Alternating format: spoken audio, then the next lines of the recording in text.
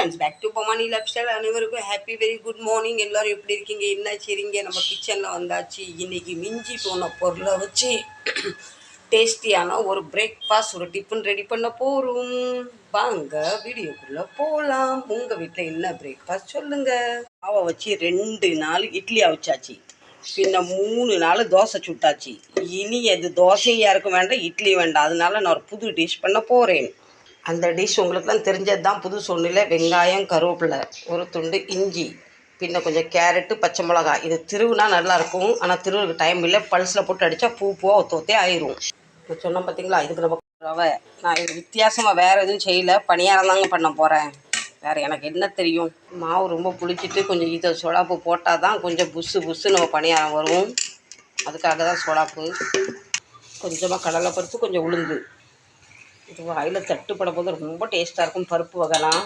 வெங்காயம் கொஞ்சம் 2 கிண்டிடலாம். இந்த பணியார சட்டி யூஸ் பண்ணி 1 வருஷம் ஆகுது. 1 வருஷம் கழிச்சு தான் இப்போ கையில் எடுத்திருக்கேன். இதை பணியாரம் வருமா வராதா எனக்கு ஒரு டவுட்டு. வந்தால் பணியாரம் சுடுவோம், வரலைன்னா தோசை சுட்டுருவோம். சரிங்களா? அவ்வளோதான். ஐயோ வரலையே, ஐயோ நடக்கலன்னு கவலைப்பட்டு ஒன்றும் பிரயோஜனம் இல்லை. நம்ம தலையெழுத்து அவ்வளோதான். நம்மளே நம்ம ஆறுதல் படுத்தி முதுவை தட்டி. இப்போ லேசாக அப்படி வருது. இந்த மாதிரி சட்டிலாம் வச்சிங்கன்னா அடிக்கடி செய்யுங்க. இல்லைன்னா சட்டி வம்பா போயிடும். கொஞ்சம் கஷ்டப்பட வேண்டியதாக இருக்குது. இதெல்லாம் இப்படி ஒட்டி பிடிச்சிட்டு அதே அந்த கத்தி வச்சு மாற்றி போட்டாச்சு. இது ஒன்று தான் கண்ணா முன்னான்னு வம்பாயிட்டு இருந்தாலும் ஓகே. நீ அடிக்கடி உங்கள்கிட்ட பழகிக்கிட்டே இருக்கலாம். கொஞ்சம் லெமன் ரைஸ் பண்ண போகிறேன். அதுக்கு கொஞ்சம் கடலைப்பருப்பு, உளுந்தப்பருப்பு, காஞ்ச மிளகா, கருவேப்பிலை, கொஞ்சமாக மஞ்சத்தூள், கொஞ்சமாக வேர்க்கடலை நல்லா ரோஸ்ட் பண்ணிக்கலாம். இங்கே அடுத்து உருளைக்கிழங்கு ஃப்ரை. ரொம்ப பேருக்கு லெமன் ரைஸ் கூட இப்படி உருளைக்கிழங்கு தான் ரொம்ப பிடிக்குது.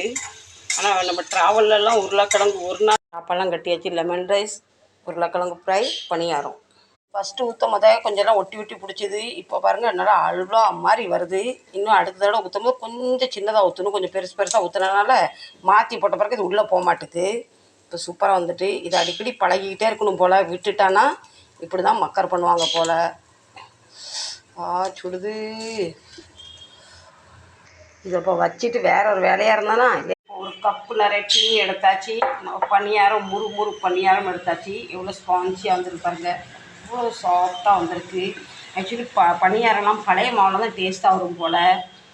இது இப்போது 2 நாள் இட்லி வச்சாச்சு, 2 நாள் தோசை சுட்டாச்சு. மீதி மாவில் பணியாரம் வச்சாச்சு. எப்படி இருந்துருப்பாருங்க ஸ்பஞ்சியாக. இதுக்கு நான் ஒரு சட்னி கிட்னிலாம் எதுவுமே அரைக்கல.